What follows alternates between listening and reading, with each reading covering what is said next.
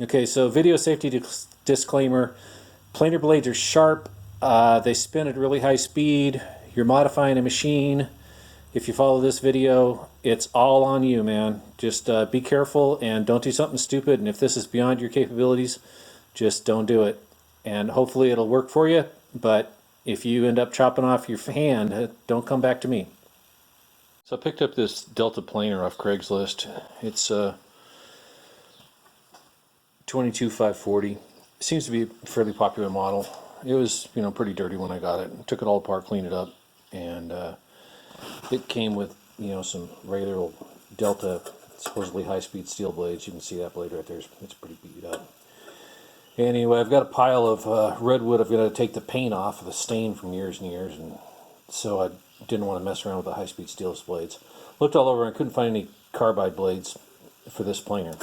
Well, I did find one set of full carbide blades, but they were $360 for a pair, which was like way more than the planer. I paid $200 for the planer. Anyway, I found these Infinity HM040 blades. They're the same dimensions as the Delta blade, except for they're thicker. They're nominal 1/8 inch, and the Deltas are nominal 1/16 inch. So anyway, I wanted to figure out how to see if I could get those in there. So this backer bar in the Delta is 250 thousandths thick from front to back, and I've already modified one side. So basically, if you take that backer bar and I just used my belt sander and sanded it down to 220.22 inches or 220 thousandths, and then shortened the bolts, it worked fine. So I'll show you how I did that. So here you can see that backer bar is 250, and by experiment I found that if I can reduce that down to 220, you can get the blade into the the thing that turns on the planer. I can't think of that name, and tighten it down. It seems to hold okay. I haven't spun it up because I've only got one of them fixed, but we'll find out. I'm going to use this sander to mill down that backer bar, that wedge bar. I'm going to take a board here and make sure it's flat on the sander, and then that'll keep the backer bar from warping as I press on the sander. I don't want to get like the middle or the ends done more than the other. So now I've got that board nice and flat, and I'll see if I can figure out a way to temporarily mount that wedge bar on there so that it doesn't move around when I'm sanding it. So I'm just going to put a couple finish nails in there lined up with the holes, and see if I can get them to keep the wedge bar from sliding on the wood. Alright, so I just have those little finish nails pushed in there. I countersunk them just a little bit. You only got to take off 30 thousandths to make this work. So hopefully that'll hold it straight, and I'm going to go over and sand it down with the sander, see if I can get it down to 220 thousandths. So basically I'm just going to run this on the sander with the sander running back and forth to make the wear in the belt even, try to get some angles and whatnot. And I'll be using two hands, and the blade will be getting hot, but the wood will keep my hands cool. And we'll run that down till it's getting close to 220. Okay, I've got this where if you measure along it, everything's down in the 220 area. I mean, I guess if you had the right tools, you'd put this in your mill and mill it down. But using the sander and just going slow, it's all pretty close. It's not a critical thing. It's just, I guess if you got it much lighter or much heavier than the other side, it might be a balance issue. So now what's left is shortening the bolts up.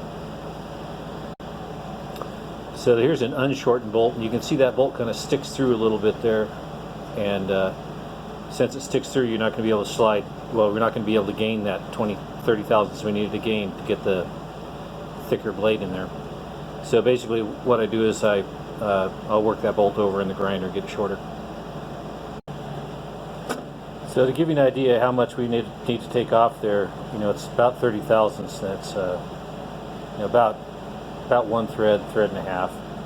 What I've done is I've carefully chucked the hex of this bolt into the drill, and then when I turn the drill, it's going to just turn that bolt. So basically I'll run that in the grinder and take a thread or two off. So I really need to have two hands to do this properly, but I'll basically just turn the drill slow and run that bolt up into the grinder, and it'll take it off nice and even. When you've got it as short as you want, this isn't as short as you need, then just come in at an angle and go faster with the drill really light, and that'll put a tiny little chamfer on the end of that. That's farm boy machining for you. So as long as I had the bolts out and the drill and the sander and everything, top of those bolts has got, it's a little crude machining job. I'm going to polish those on the sander just a hair. So basically just get in the soft part of the belt there with no backer behind it. Spin the drill up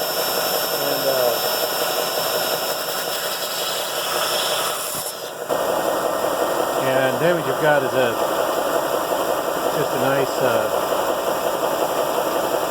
even polish on it. Okay, so I got the heads of those bolts polished, and the bolts are shortened so that when they're all the way in, they don't stick out from the wedge bar. Turns out that the overall length of the bolt needs to be about 375, and that should work. Okay, so we've got the cutter bar thinned down to the 220, bolts shortened to 375, and we've got our new Infinity Tools cutting blade. Okay, so you want to make sure this groove is all cleaned out on your planer beforehand. As long as we're looking here, there's the little springs down in here that'll push the blade up for adjusting. And for setting this thing, I have a couple of these mini planer pals. They've got a little peg on them here, and that's to locate. Then they got this magnet to set the blade height. So you set these things in so that that peg hits this edge of the deal. And then what you'll do is once the blade's in there, you'll slide it down to where that peg hits, and that'll position this magnet just barely on the blade. These are actually, this drum's a little tiny bit too small for these planer pals, but they still work. So first thing you want to do is get this modified wedge bar and stick it in there. Now you got to be careful to get it in pretty flat, because we've basically taken all the tolerances out of this system messing with this. And then get your blade in there, the Tungsten Carbide Tipped TCT blade, and it should just drop right in there. Now see, it's not going, and that's because I've got that wedge bar started in there too far. So I'll take the wedge bar, I'm going to pull it out here. It kind of wants to slip down in the groove, so. Alright, so now that blade will fit down in there, and hopefully you can see on the video here, if you push it down, it'll spring down, it'll compress those springs, then when you at least let it up, it'll come up a little bit. Okay, so one thing that's kind of a pain in the rear on this is that these blades aren't indexed in any way, and so hopefully you can see on the video here, it's actually a little bit too far down there. So you want to just use your eyes and line the blade and the wedge bar up as close as you can to centered based on the ends of the drum. And it's pretty close right there. Alright, so that looks pretty good. So then you'll take your little planer pals, and remember this little plastic point's going to go right across that edge. It's going to hold everything in, and what I do is I compress the blade to get so the blade doesn't catch on the magnet, and I stick it so that I can get to this last screw. Snap your planer pal on there and rotate it down. It should just rotate down until you feel that plastic peg hit. Then you'll let it up, that blade will push up until it hits that center magnet. Do the same thing on the other end here. I'm holding the blade down here, and then pushing this planer pal to where that plastic peg here hits on this edge here. That locates it. What that does is it gets the magnet, I can't get in there and show you, but it gets the magnet lined up with the top of the blade.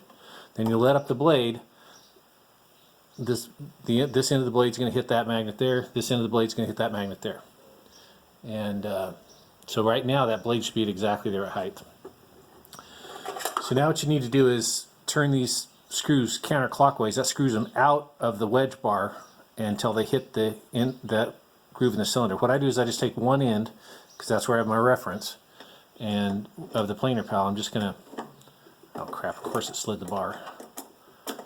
Alright, so I'm going to just roll these out. I'm going to roll this one out till I just barely feel a little bit of tension on the blade. And we're back. We've got a screwdriver now, so I can center the bar in the blade a little better. So you don't got good view on the camera, but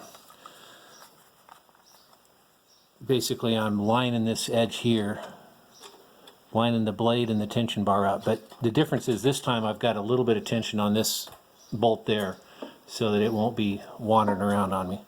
And I just try to sit these in here as centered as possible. It's a little loose, so I'm going to put a tiny bit more tension on that screw. I just try to get them both centered. The bar and the blade aren't, and the drum, none of them are exactly the same length. They're all close, but not exact. Alright, so I know you can't see this right side, but I can, and it looks pretty good. So that's pretty good. Now this time I've got a little tension on this rightmost bolt by one. The last bolt's on the other side of the planer pal, so I'm just going to gently tighten that up where it puts a little tension on it.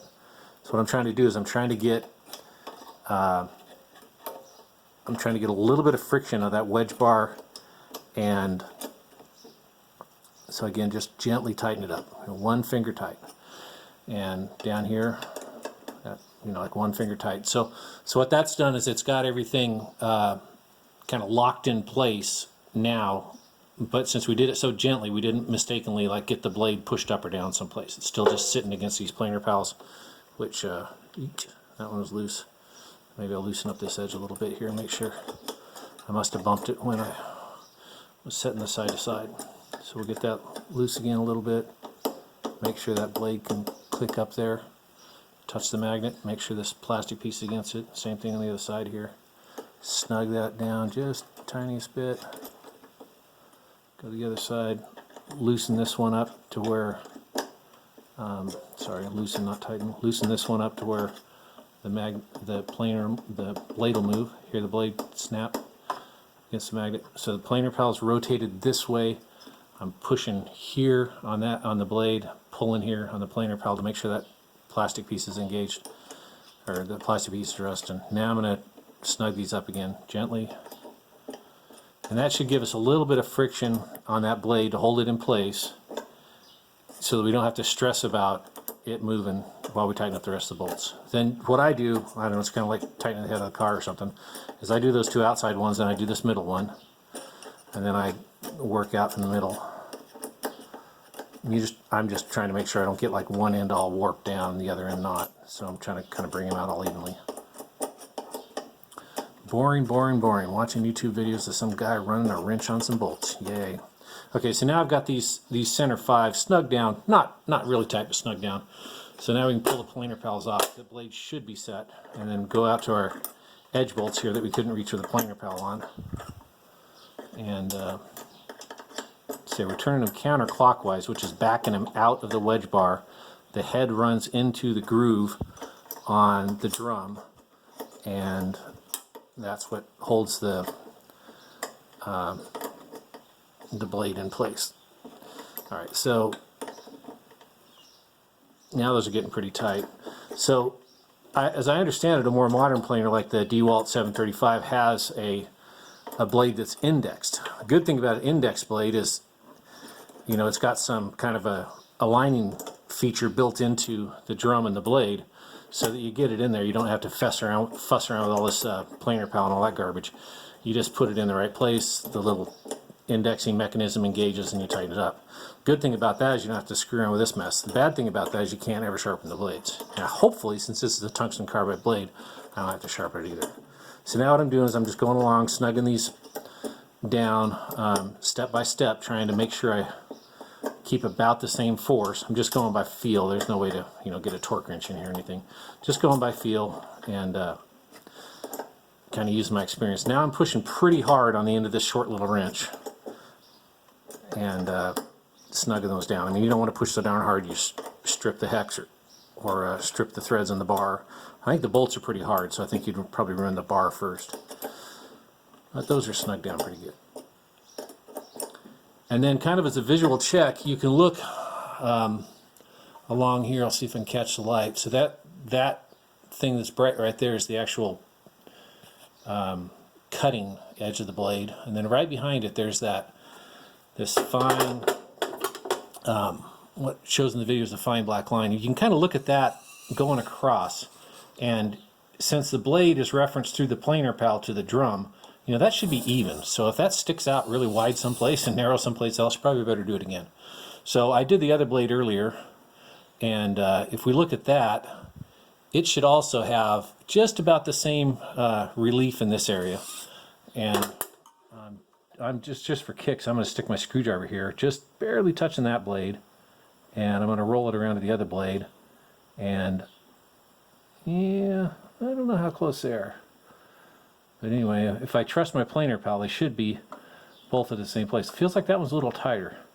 So what I might do is take, I can't remember which one I did first, but anyway, I'll take one of these blades and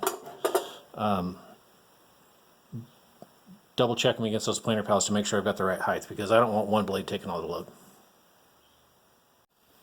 Okay, so I went back and basically loosened that blade I just did on the video and did it again without the distraction of me blathering. And it's now lined up correctly. Now, just as a quick check, this is nothing scientific, but I've taken my punch here and I'm gonna hold it and get it to where it just ticks that blade. And I'm gonna roll over the other blade, and you can hear it just ticks that blade too. So that gives me an idea that, yeah, they're pretty close side to side, and then, you know, visually checking along that relief there that you can see, which shows up as a dark line right there. Visually checking, make sure that's even on each side. And I've got both of the blades snugged up nice and tight. So I'm going to put on the dust collector, and well, I guess the first thing I ought to do before I put the dust collector on is I'll give it a quick spin, and we'll see if the thing self-destructs.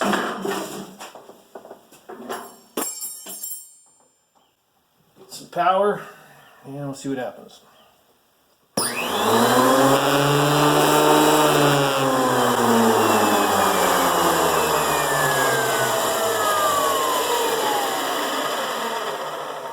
So I do think that that's a little rougher than the original set of blades and tighteners in it. So probably I've got an imbalance, you know, probably those two bars don't weigh exactly the same as they used to. So maybe one day if I got ambitious, I'll take them out and stick them on the scale, see if I can balance them. But, you know, compared to the other stresses going on when this thing's cutting through wood, I don't think that imbalance is bad. So I'm going to go with that. Okay, so I got the vacuum on, the cleaner's all set up. I'm going to take a quarter turn of cut here and run this board through. Probably going to be loud, trying to do it one-handed, sorry for the camera. Got an old beat-up chunk of redwood that I've laid down already, but kind of a test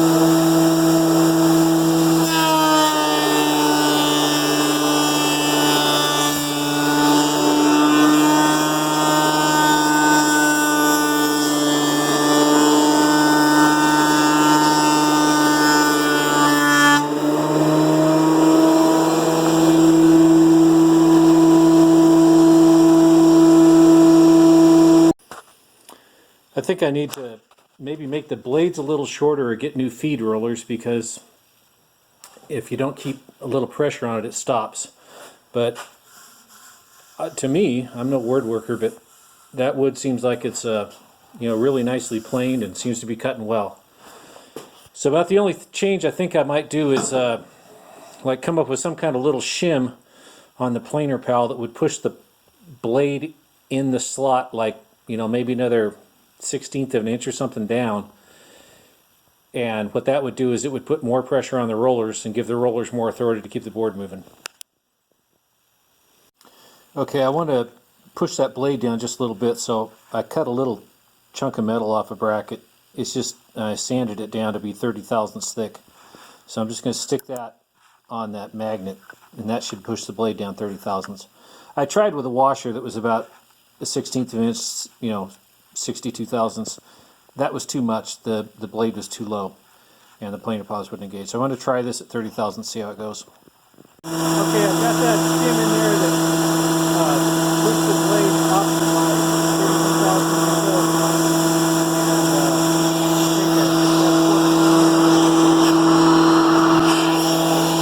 And now the feed room engages and just pulls straight through.